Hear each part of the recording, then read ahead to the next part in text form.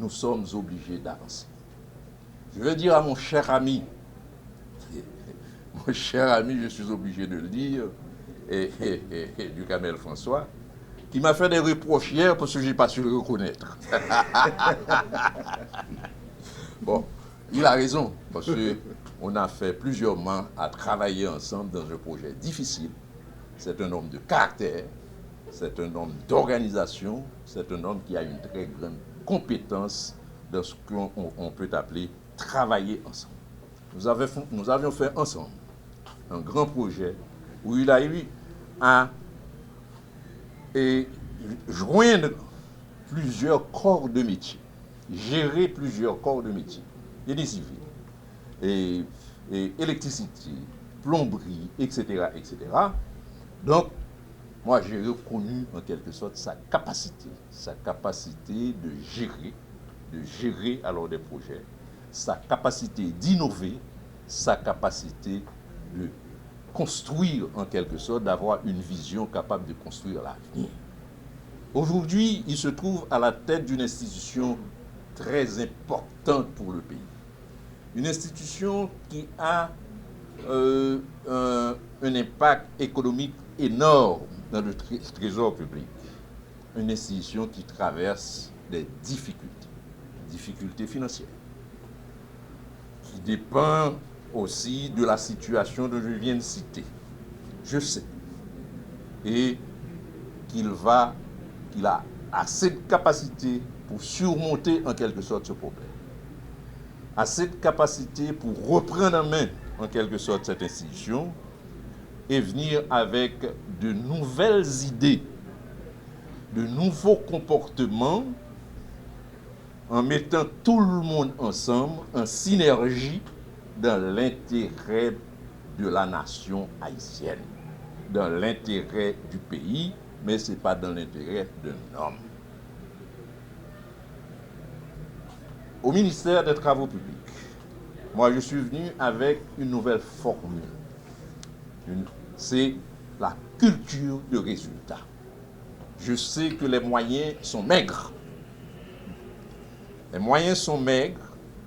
On ne dispose pas beaucoup d'argent, comme on dit, pour faire avancer ces deux institutions, et l'OFNAC et l'AN, qui, pour faire de l'argent, il faut en dépenser, pour acheter des équipements, etc., etc.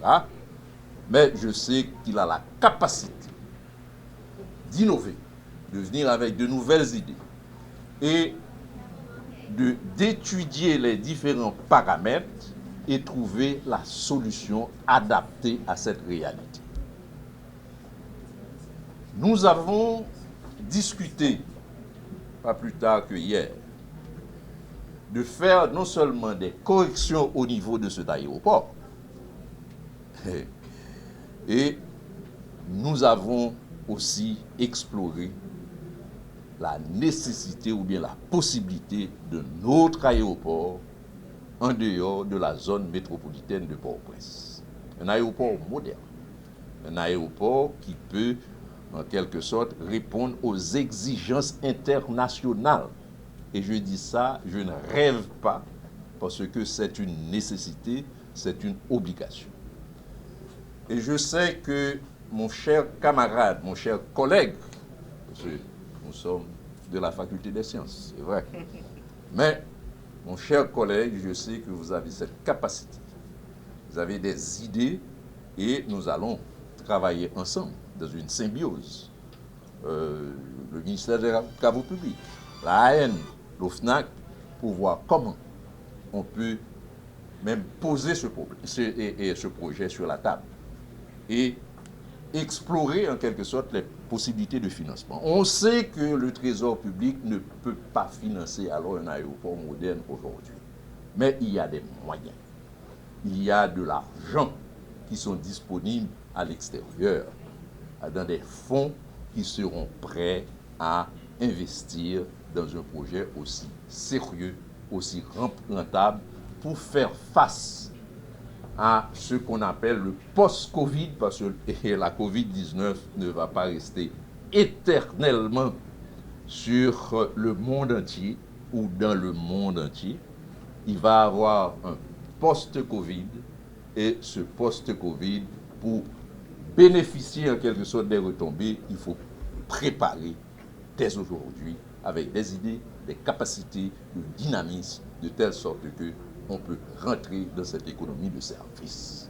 Je m'engage à me mettre à la hauteur de cette confiance et de la mission qui m'est dévolue en assurant la performance de cet établissement stratégique. L'aéroport international, comme vous le savez tous, étant une porte d'entrée fondamentale du pays, je leur donne la garantie que j'exercerai mes responsabilités avec détermination, lucidité et transparence. Tout en félicitant mon prédécesseur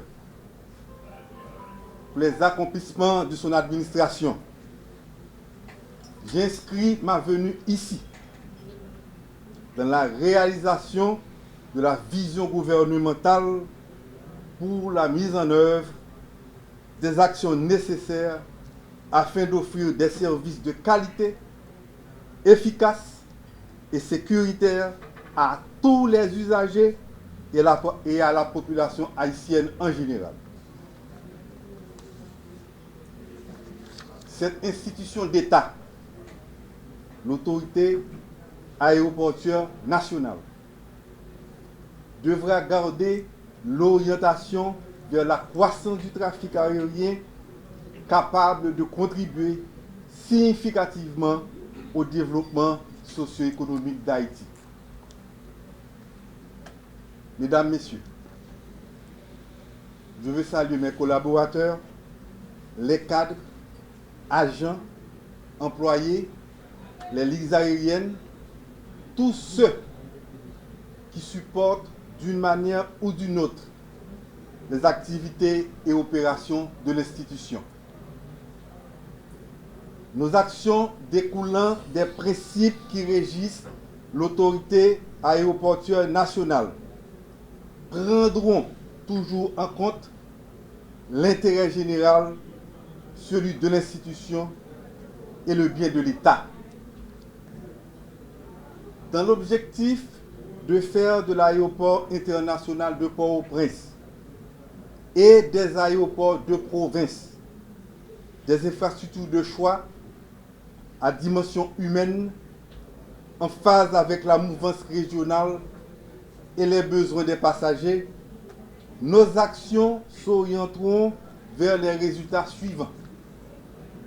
Premièrement, poursuivre le processus de certification à l'annexe 14 de l'Organisation de l'Aviation Civile Internationale OACI en collaboration avec l'Office national de l'aviation civile OFNAC dans le cadre du décret national du 3 juillet 2020 portant sur le Code de l'aviation civile. Les travaux relatifs à cette importante démarche conduisant à l'obtention de la certification selon les normes sont nécessaires et essentiels. Attelons-nous à sa réalisation avec détermination et rigueur. Deuxièmement, renforcer les infrastructures aéroportuaires de province. L'accroissement de la population et l'augmentation de ses déplacements, ainsi que d'autres éléments conjoncturels, ont fait s'intensifier sensiblement le trafic aérien en différents points du territoire national. Nous devons continuer à améliorer les services offerts par les aéroports existants dans nos villes de province, notamment l'aérogare d'Ekaï, qui retient déjà notre meilleure attention, et travailler à la planification rationnelle d'autres aérogares pour répondre aux exigences du progrès et du développement. D'autres travaux importants et non des moindres seront également réalisés dans le meilleur délai au niveau des aéroports de Port-au-Prince, du Cap-Haïtien, de Jacmel, de Jérémie et de Port-de-Paix. Déjà, nous allons aborder la saison pluvieuse. Nous savons que d'ici les 4 ou 5 prochains mois, la saison pluvieuse étant commencée, nous devons regarder avec efficacité les problèmes d'assainissement et de drainage de plusieurs de nos aéroports.